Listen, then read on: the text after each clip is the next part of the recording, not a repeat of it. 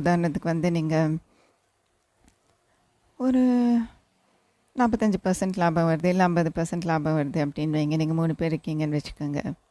அப்போ அதை பங்கு போடும்போது ஒருத்தர் மட்டும் ஜாஸ்தி எடுத்துக்குவாருன்னு வைங்களேன். அந்த மாதிரி இருக்குது. இன்னும் சில பேர்த்துக்கு எப்படின்னா,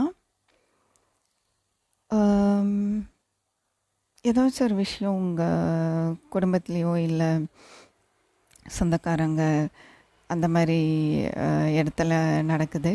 இதே மாதிரி ஒரு விஷயம் யாரோ ஒருத்தர் வந்து ரொம்ப சுயநலமாக அவங்களுக்கு அப்படின்ட்டு காரியத்தை சாதிச்சுக்கிற மாதிரி இருக்குது பண விஷயத்தில். புரிஞ்சுங்களா?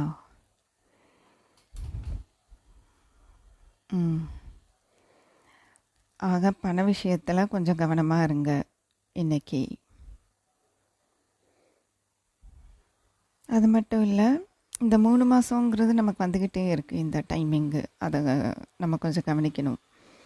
ஸோ இந்த விஷயம் 3 மாதத்தில் நடக்கிறதுக்கு வாய்ப்பு இருக்குது. பண விஷயத்தில்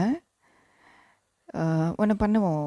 இன்னும் 3 மாதத்துக்கு பண விஷயத்தில் நீங்கள் கவனமாக இருங்க.